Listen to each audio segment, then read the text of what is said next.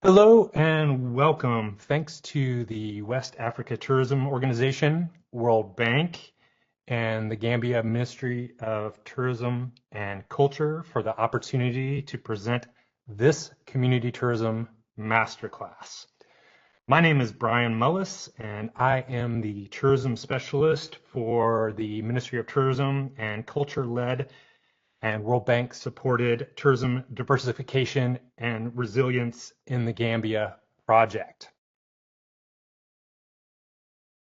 I have a well-rounded agenda for you today that includes defining community tourism in the business case, types of community tourism development models, success factors, the community tourism development process, and a few short case studies.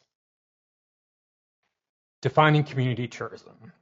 Travel experiences that are owned, led, and run by communities, which could be in the form of nonprofits, cooperatives, social enterprises that benefit the host community directly.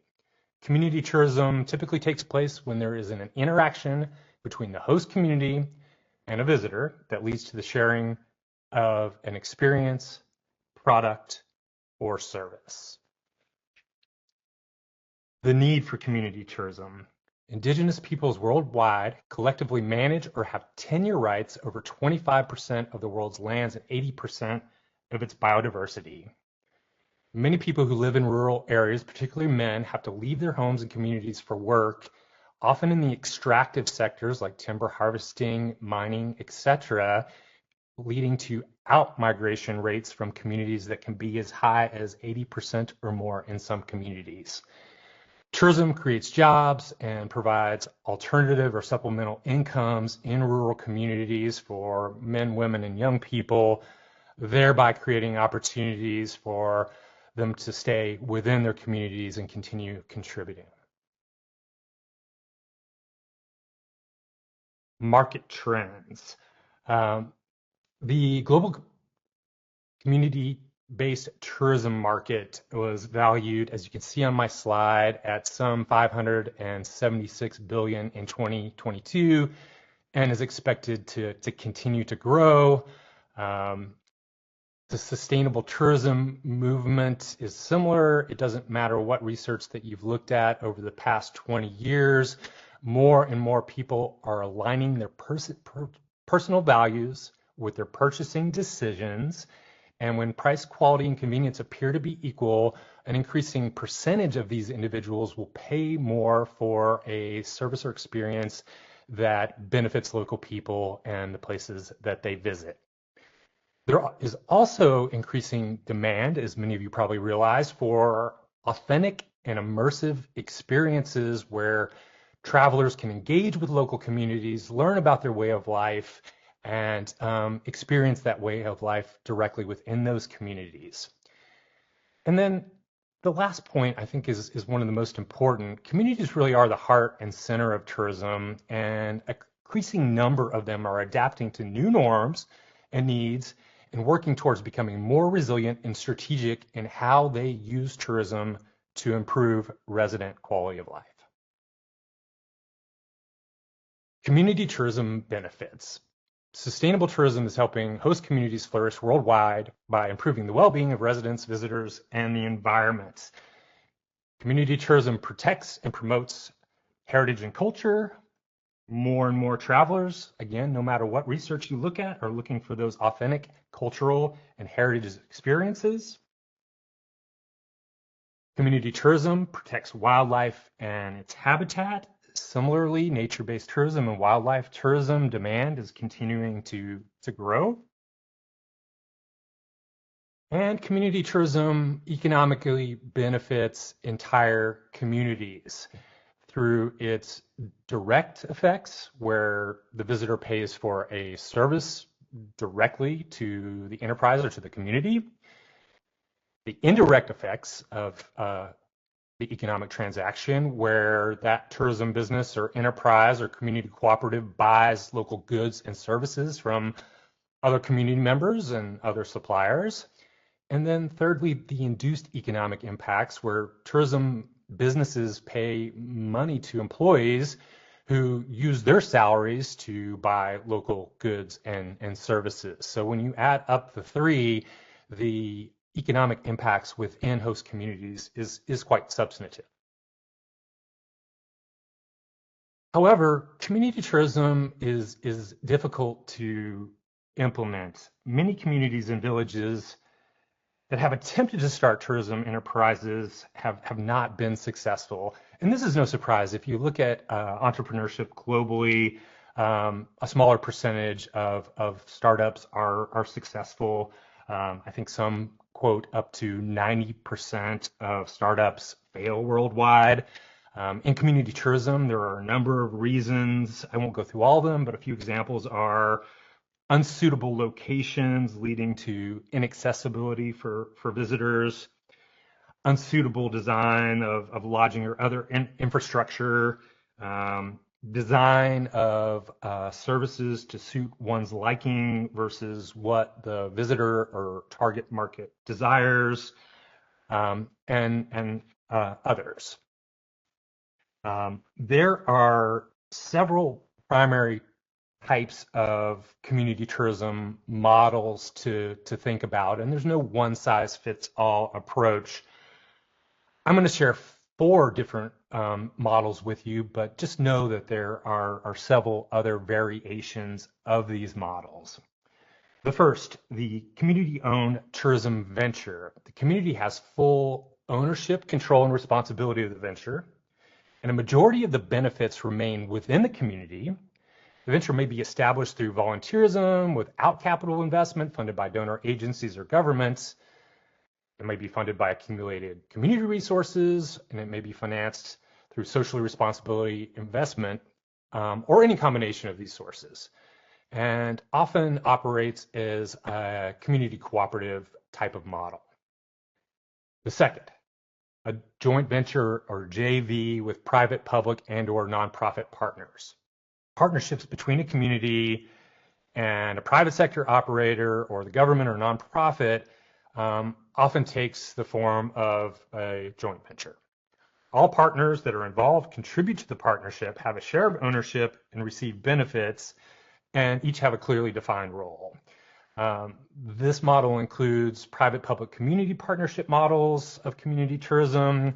One example in South Africa is the Transfrontier Parks Destinations model, which is used in the South African national parks. The third model is the community tourism entrepreneurship model. This is when a community member, a group of community members, or several others enter into an agreement or business where they establish and run a tourism venture that is based or that relies on a community's natural and or cultural resources, and then they often pay the community a rent or a predetermined percentage of gross revenue. It's not really that significantly different of a model than that of a traditional small business operating in the community, but it's one that the community benefits directly by the nature of the business arrangement between the community and the enterprise being the differentiating variable there. And last but not least, the community enterprise linkages model. This is more of a value chain model where private sector owned tourism businesses, individual entrepreneurs, partnerships, and collectives in communities sell their products or services to external tourism companies or to visiting tourists. And that linkages model maximizes the involvement of the communities in the tourism supply and value chain. I think community tourism is strongest when this enterprise linkage model is incorporated into the three previous models that we just reviewed. Next, I'd like to share the top 10 success factors in community tourism based on my last 30 years of experience working in this space as an international tour operator, as head of a nonprofit, and as a tourism director for a national tourism board. First and foremost is access and visitor flows. How accessible is the community to existing tourism circuits? And what are the strategic visitor flows? And by that, I mean, who is coming to the community or to the area already? What are they going to do when they go to that area? Where are they coming from before they go there, and where are they going after? By understanding those strategic visitor flows, then it's easier to understand what the market demand is for a potential product within a given community that might be in relative close proximity to an existing tourism circuit. Secondly, community receptivity. It is paramount that community leadership, and optimally, though it might sound challenging, particularly important in smaller communities, that the community as a whole is interested in moving forward and getting involved in community tourism, particularly if the community is going to own and operate its own enterprise. Third, a commitment to self-help.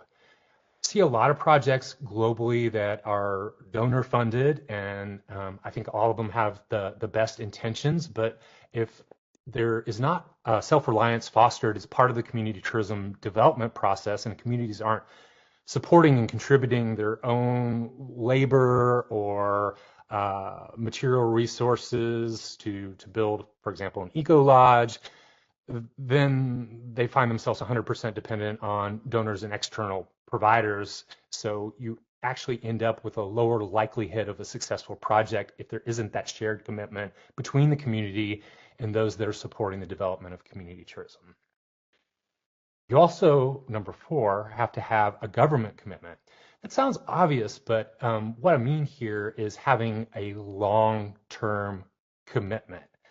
I'll share the government's role shortly, but one example is providing ongoing training to community members, mentorship in terms of business development and organizational optimization, and marketing support. Again, just a few examples that need to be provided on an ongoing basis.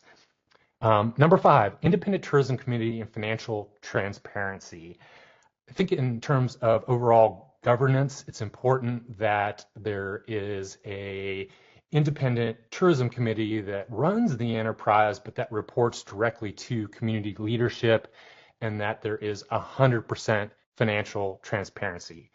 Everyone in the community should optimally know where the money is coming from, how much money is coming in, and how it's being equitably distributed, including covering overhead costs to operate the enterprise in the first place.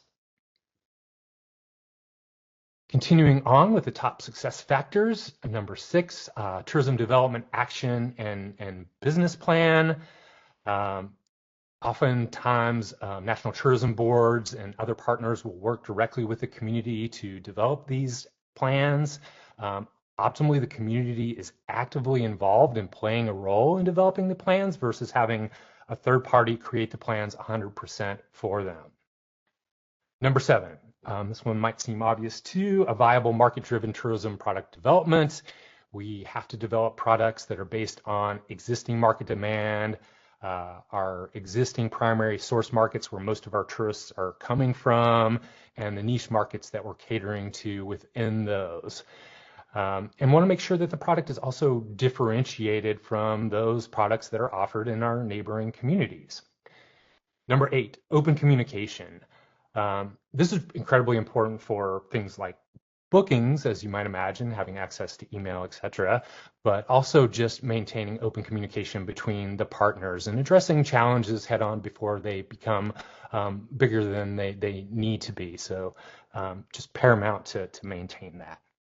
Number 9, partnerships and market linkages, partnerships with neighboring communities, market linkages with inbound and outbound tour operators and others, again, which can be supported and facilitated with and through national tourism boards and the local tourism private sector.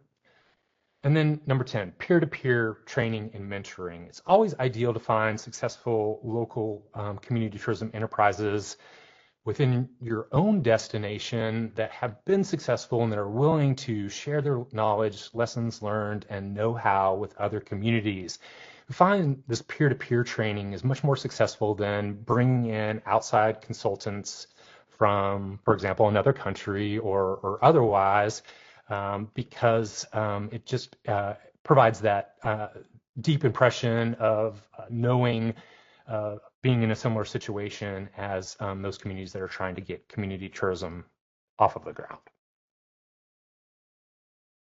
The government's role.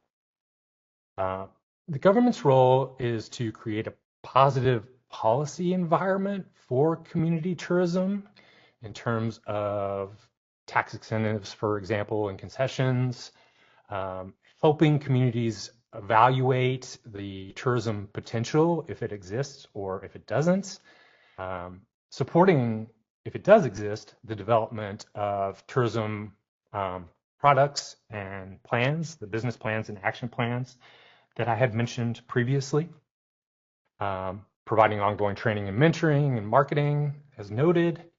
And then most governments do have a regulating and licensing role that optimally should include communities, but should include a component that helps communities in navigating that process, which can sometimes be quite complex. So having a division within the National Tourism Board, for example, that supports product development, including community tourism, is one way that a lot of destinations address that particular role.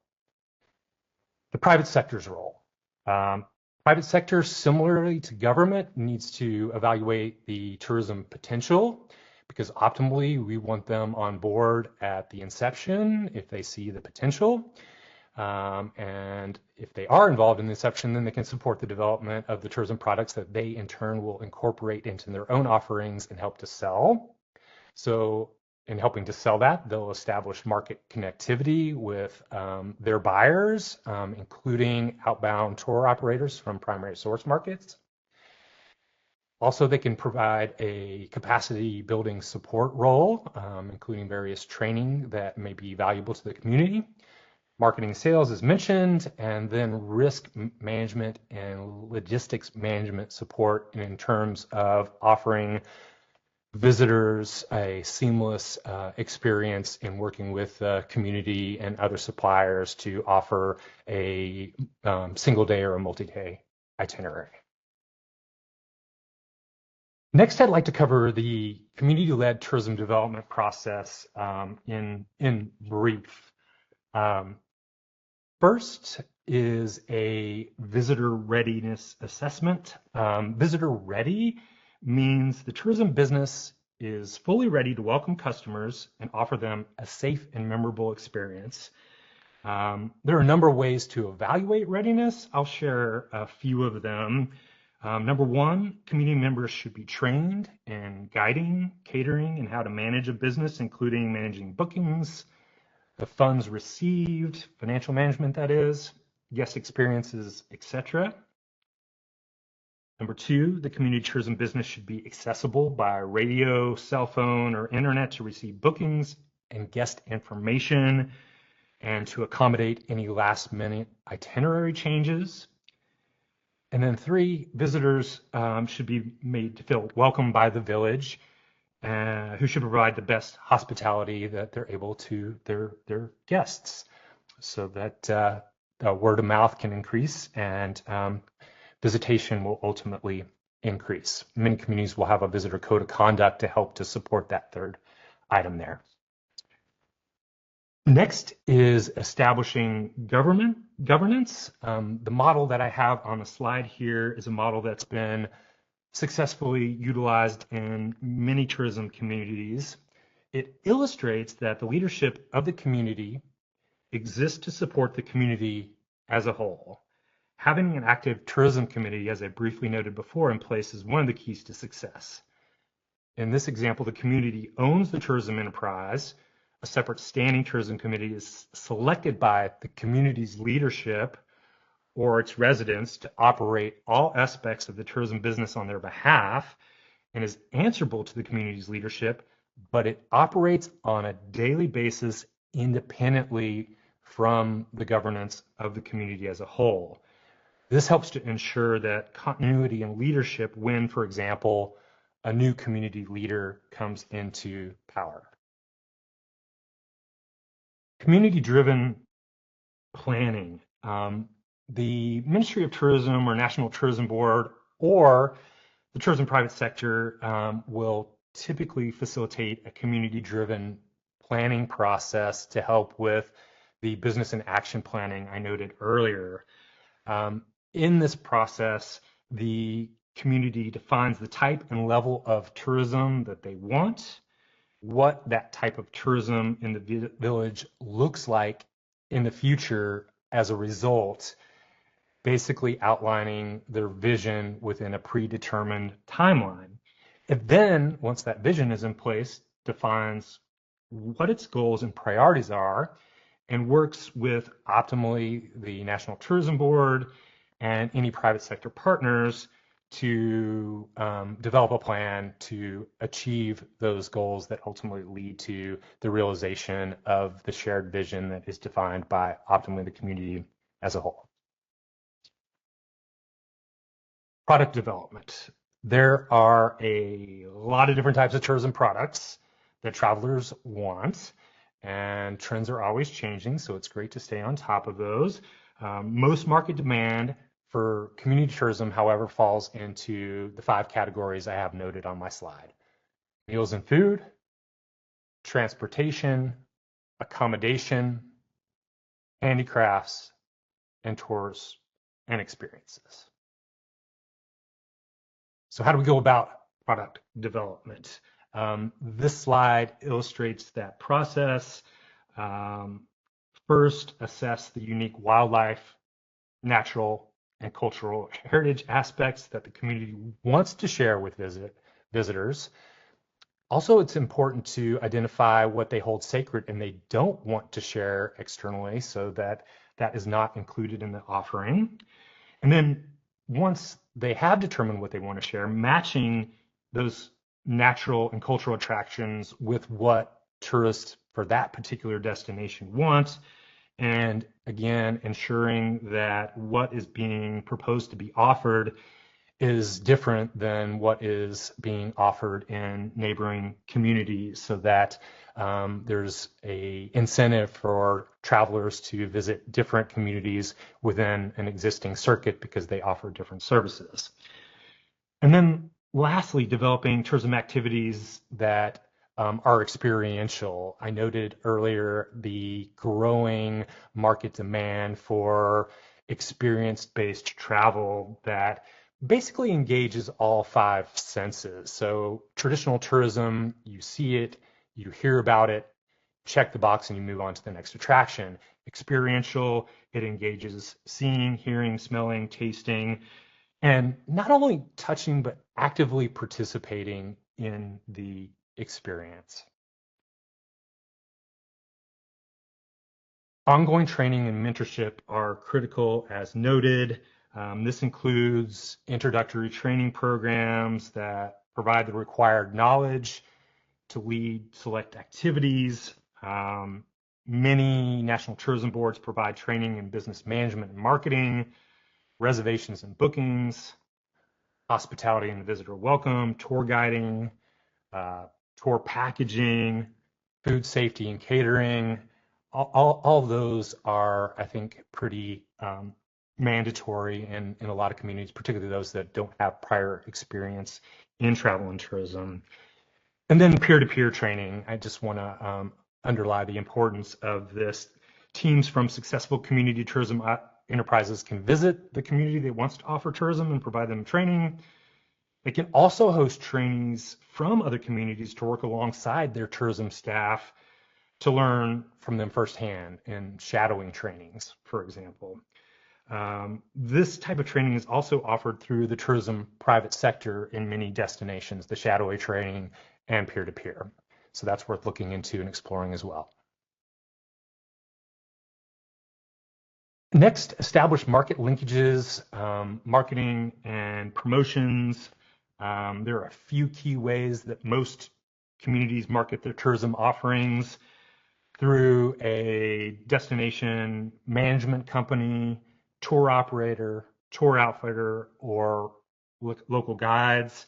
That's really the easiest way to establish market linkages by building relationships with local providers that will end up selling your product. Two, in collaboration with local partners to create packages and market together. Community might look at neighboring communities, I think I mentioned, as a competitor, but they should actually look at them as a partner because they're going to be stronger together, and typically they are in one geographical area, so a tourist doesn't differentiate one community and another necessarily, but rather looks at them as being in an area or region they're going to and wanting to experience more of the best of what that region has to offer. And then the third way is directly to consumers through the internet. The National Tourism Board, for example, can help the community tourism enterprise work through the different platforms that are available to market their accommodation offerings and experiences based on what's suitable for the markets in which the destination is pursuing. Monitoring and reporting. The last step in the community tourism development process synopsis that I'm sharing with you. While many communities need help setting up systems to track the impact of tourism on the community, it's most important that communities themselves define what those priority metrics are that they themselves wish to measure. The simple system that I've outlined on the slide here is designed to help the community track the most important things that most communities are interested in. How much money is generated from tourism? How and where is that money spent? And what are the tangible benefits that the community is receiving? And with that covered, I'd like to just briefly share a few case studies. These case studies are from a nonprofit by the name of the Planetara Foundation that has supported community tourism development in more than 100 communities in more than 50 countries around the world, which over the first 5 years of their work in this space collectively received 700,000 travelers, again, across 100 community tourism enterprises, and $10 million in gross revenues, and the businesses had a 100% success rate. One of the reasons Planetara has been so successful is they work with international outbound tourism operators like G Adventures and a host of other partners where they look at the market demand of those partners and find communities that can meet that market demand. To my examples, first, Zimbabwe. They have faced high levels of unemployment, yet many women form co-ops for services like tailoring and catering. However, their incomes often stay low, highlighting the need for funding, training, and access to a much broader customer base. Planetara partnered with a group by the name of Princess Sewing and Laundry Co-op in a township, providing them with a grant to facilitate business growth and comprehensive training, and also assisted, importantly, in offering laundry services to their local tourism partners. So bringing in a tourism line of revenue and expanding the cooperative's customer base. This has enabled women to afford school fees for their children, pursue further education, and hire additional help from businesses benefiting both family and other community residents and businesses in the community. Soazara in Madagascar is the second case study I'd like to briefly share with you. Madagascar's rich biodiversity is threatened by deforestation, which has destroyed 90% of the original forest for agriculture and fuel, endangering ecosystems and wildlife and the health of those ecosystem services that communities depend upon, like clean water, for example. To address this issue, the owners of a private sector business, ITC Eco Lodge, established Soazara an entity to plant trees and recreate wildlife habitats that had been degraded or destroyed by deforestation. Planetara partnered with them to create a tree planting activity for travelers staying at the lodge. Travelers get to hands-on plant their own trees in a green corridor next to the neighboring national park and learn all about reforestation and regeneration of ecosystems, which is leading to the renewal of habitat for species that are starting to return to the national park. My third and final example comes from Namibia, which has made strides in gender equality, but challenges persist. Pinduka is an entity that empowers women through training in textiles, beading, and pottery, offering opportunities at the restaurant that the enterprise operates. Planetara partnered with Pinduka, adding a restaurant visit to the itineraries for one of their travel partners. They also created a takeaway lunch for travelers that are leaving Windhoek, the capital of Namibia. And while waiting for their takeaway lunch, they learn about Pinduka and have a chance to shop for souvenirs that are made locally by the women that are involved in Pinduka. Tourism income has become vital now for Pinduka. Visitor purchases impact the lives of all the cooperative members and around 350 others through indirect and induced impacts that are contracted from the participating Namibian villages. Community tourism development. Covered a lot of information fairly quickly. One of the take-home messages I want to share with you is that you do not need to start from scratch. Look for existing tourism enterprises within your community that have a growth orientation and local entities that are improving social causes and generating positive conservation outcomes. You might end up partnering with, again, existing enterprises in your community that are involved in accommodations, transportation, food and beverage, experiences and tours, local attractions, or you might look at local nonprofit organizations, social enterprises, community-owned enterprises or associations, majority indigenous-owned small or micro enterprises and cooperatives that aren't directly involved in tourism, but are doing something good for the community, that have a story to tell, and that are in a unique position to benefit from a larger customer base by providing a tourism-aligned opportunity like those from the 3 case studies that I shared. You would then want to determine if they would benefit from accessing more customers and their level of interest in getting involved in tourism, and then work through that community development process optimally in collaboration with your local national tourist board and tourism private sector. Thank you for your participation in the Community Tourism Masterclass today. Let's work together, and I hope you are inspired to put communities at the heart of tourism in West Africa. I am available should you have any follow-on questions. Please get in touch with the event organizers. Thank you again.